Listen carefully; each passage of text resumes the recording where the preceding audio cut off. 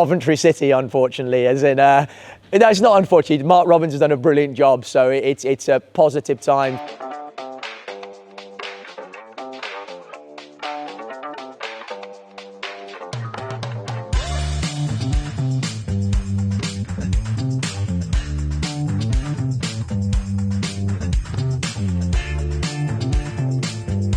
Yeah, it's a tricky one, but I'm going to go for Chadsley Corbett, purely like most things to do with racing. You're influenced by where you've had success, and we've had a lot of joy there. I also think it's a really fair track. It's a great track for a young horse, and it's a really good viewing track as well for spectators going to experience the action. The lost Toaster. I mean, again, it's to do with the fact that with Robin Dickin, I had a huge amount of success there. I always loved what it was all about: staying chasers, slow ground, and yeah, just proper national hunt racing. If we're talking about the more fancy Grade 1 tracks, I always loved Sandown. I thought the chase track there is the best. For 2 mile chasers, we've got Tingle Creek weekend coming up, and to see them flying around there, putting a premium on jumping excellence, to me that's what jump racing should be all about. Favourite jockey from the past, I think I'm going to go with Richard Dunwoody. He was my sort of hero growing up. I got his autograph one day at Toaster, and that was a big thing for me. And yeah, he was just such a special rider. And as a young, impressionable kid, he was the one that, well, he was the best at the time, and therefore I really looked up to him and the way he rode. Again, he's an example to any young person coming into the sport. If you model yourself on Richard Dunwoody, you're not going to go too far wrong. Who's your favourite jockey of the present? Favourite jockey of the present? He's one of my great mates, so I best say Harry Skelton, hadn't I? Again, and he showcases the fact that you keep working hard, and he's come from not riding a lot of winners, and then his brother Dan, the operation they built up has gone from strength to strength, and it just shows that he was always a very talented rider. He just needed opportunities to showcase that, and as mates, we all couldn't be more proud and thrilled to see him as champion jockey and having the success that he is.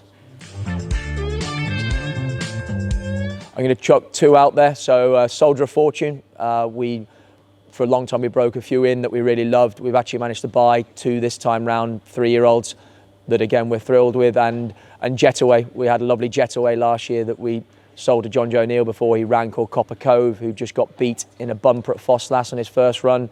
And again, we bought one this time round, a 3-year-old to run. So Jetaway and Soldier of Fortune. You're smiling at me. Coventry City, unfortunately, as in, no, it's not unfortunate. Mark Robins has done a brilliant job, so it's a positive time for Coventry City fans. I mean, I don't really remember the '87 Cup final. It's been a family club throughout. My brothers all support Cov, as does my dad. And growing up on Merseyside, being a Cov fan wasn't a lot of fun with my mates. But yeah, you can change a lot of things in life. You should never change your football team. So Mark Robins, Sky Blues are on the up at the moment. I think I'm going to go Corto Star. I think, versatility to me is an absolute sign of greatness, and to be champion chaser over 2 mile, 2.5 mile and 3 mile, and to win all those races and bounce back from adversity, he had it all, didn't he? Yeah, Corto Star.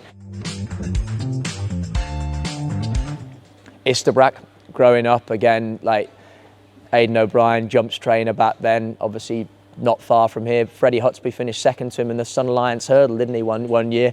But he was just electric. Everything a hurdler should be. It was the most calculated, skimming over the top of hurdles, blistering pace, and 3-time champion hurdler. Probably should have been 4 champion hurdlers. A foot and mouth got in the way of that, but to me, he's the greatest, yeah. One man, again, just growing up, I absolutely adored him.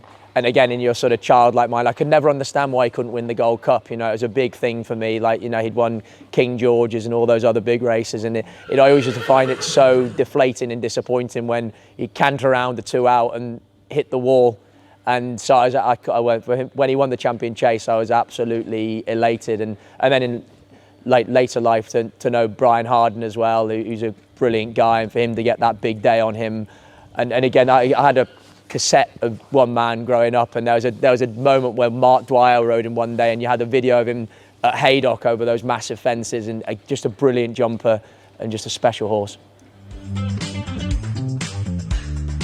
Yeah, I mean, it is the Welsh National, because like I was 28 by that stage. I'd been grafting away for a long time, and I wasn't high profile. I'd spent a lot of time riding ordinary horses, and you know, I knew by then I wasn't going to be champion jockey or anything like that, which is your aspiration when you come into the job. So it'd be nice to have a few memories and pictures on the wall of good days, and that was the first big day. And the horse had won the Welsh National Trial. I'd been involved with Richard Lee for a long time, and for him to go and get the job done, I remember crossing the line and thinking, whatever happens now, there'll be something that was worthwhile, like a big moment. You click on the Racing Post and look on your name and the big race wins column, there'll actually be something there for someone to look at. So yeah, that was the best moment, yeah.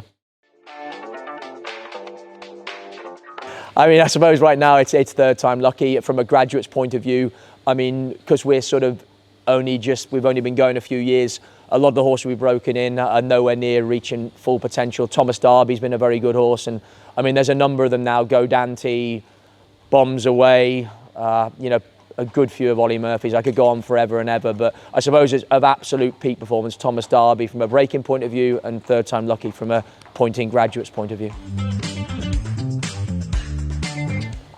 I'm going to chuck one.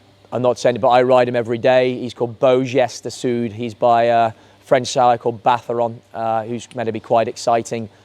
He just is everything we sort of love. He's got massive athletic ability, and he seems really exciting. So I from a personal point of view, I'm really looking forward to seeing him go. I think there's a massive prospect of that happening. We've had plenty of first-time winning graduates on the rules.